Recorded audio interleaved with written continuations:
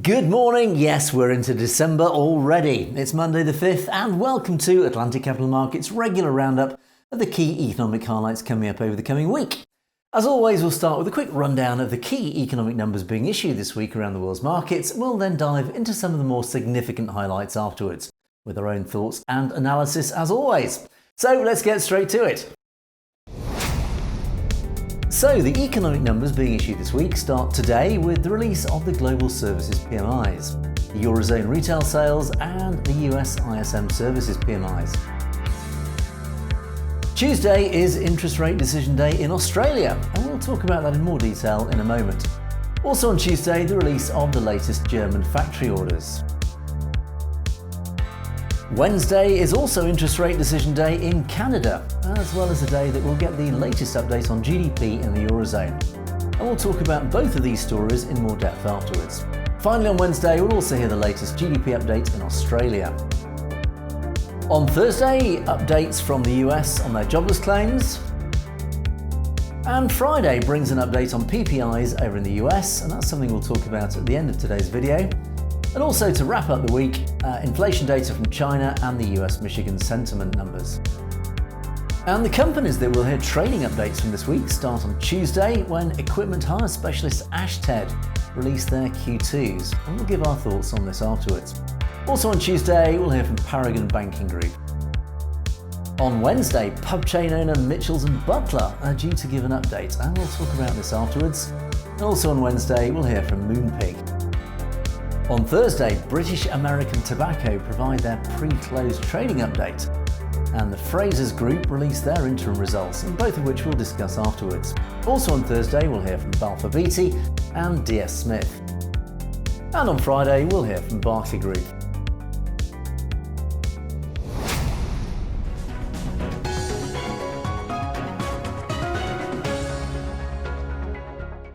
Well, last week, Federal Reserve Chair Jerome Powell, US core PCE and the US non-farm payroll injected some volatility into the market. The US PPIs will keep the focus on US inflation later in this week.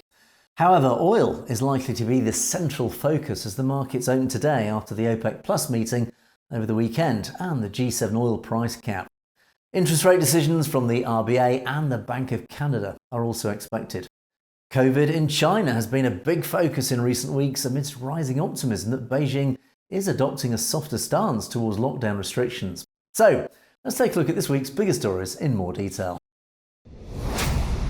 OPEC Plus kept oil production unchanged in their meeting yesterday. That was in line with expectations as the market attempts to assess the impact of slowing Chinese economic growth on demand and a G7 oil price cap on supply. Well, the G7 oil price cap and EU-Russian oil ban comes into play this week and was agreed upon at $60 per barrel, in a move to limit the revenue that Russian President Putin can use towards the war in Ukraine. Still, there are questions over how useful the oil cap will be, given that Russia sells most of its oil to countries such as China and India, which so far have refused to condemn the war in Ukraine. Interestingly, there was no mention of the Russian oil price cap at the OPEC meeting. Tuesday is interest rate decision day in Australia. Well, the Reserve Bank of Australia appears to be getting nervous over the pace at which it raised interest rates.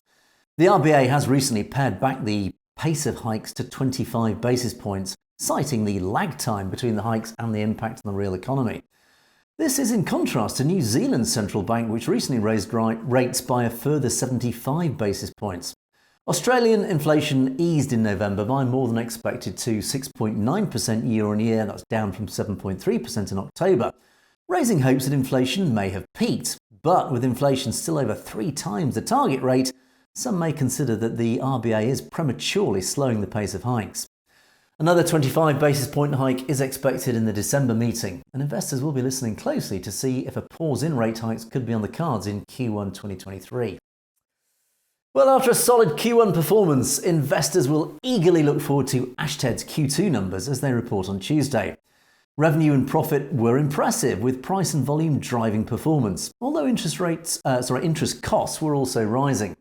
The construction and industrial equipment hire business primary market is the US. And here the medium-term outlook is promising as the US looks to build out its domestic supply chains, which should boost demand.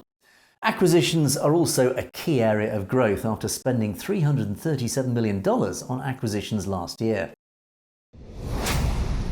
Pub chain owner Mitchells and Butlers are due to report on Wednesday.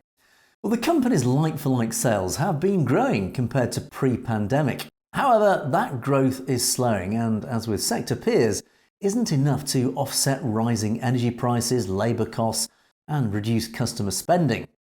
With the cost of living crisis intensifying as inflation stays high and interest rates rise, the outlook, of course, is uncertain. Shares in the sector hit lows in October, but have rebounded over the last 2 months thanks to the government U-turn after the quasi-quartering budget and, of course, as the World Cup draws customers in. Wednesday also sees an update on GDP in the Eurozone.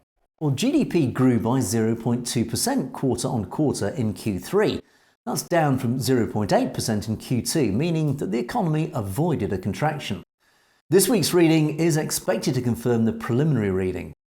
According to the European Commission, the Eurozone economy is forecast to contract in Q4 2022 and tip into recession in Q1 2023, before recovering in Q2.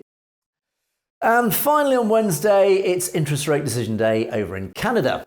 Well, the Bank of Canada raised interest rates by 50 basis points in the October meeting, surprising the market, which had expected a 75 basis point hike, taking the benchmark policy rate to 3.75%. That's the highest level since January 2008.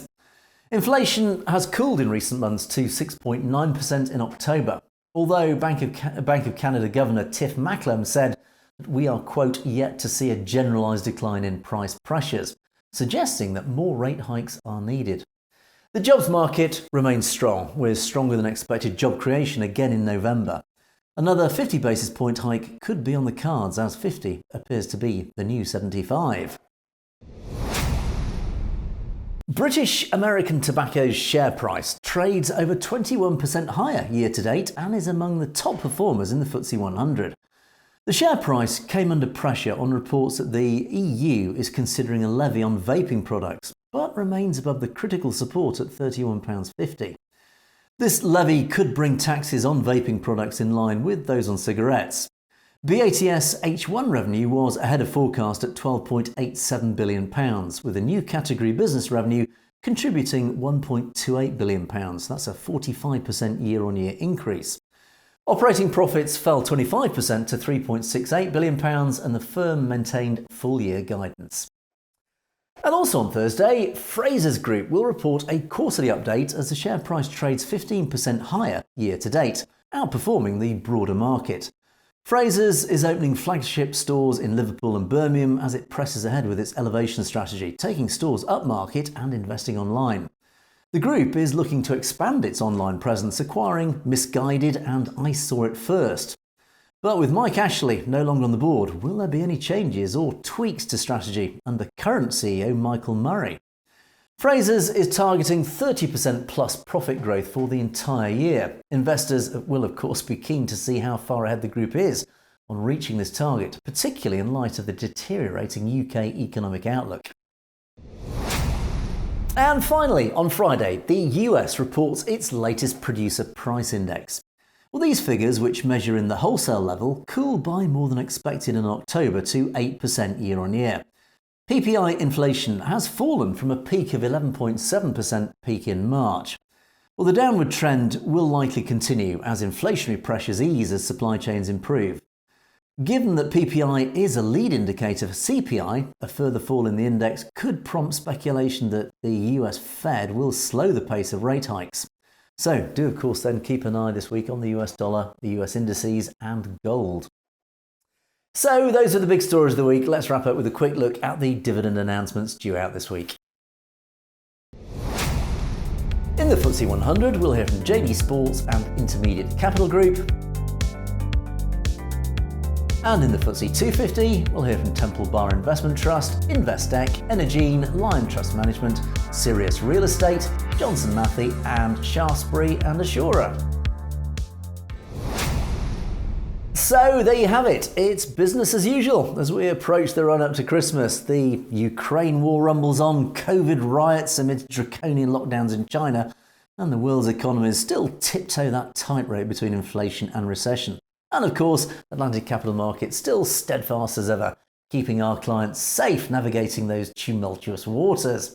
So as always, thanks so much for watching, and don't forget to click on that subscribe button to make sure that you don't miss out on our regular financial updates with our expert market analysis and our opinions. And also, if you haven't tried it already, why not download our app to your phone or tablet if you do want to keep updated on the latest financial news, as well, of course, as our award-winning trading signals. So until next time, from all of us here at Atlantic Capital Markets, have yourself a great week.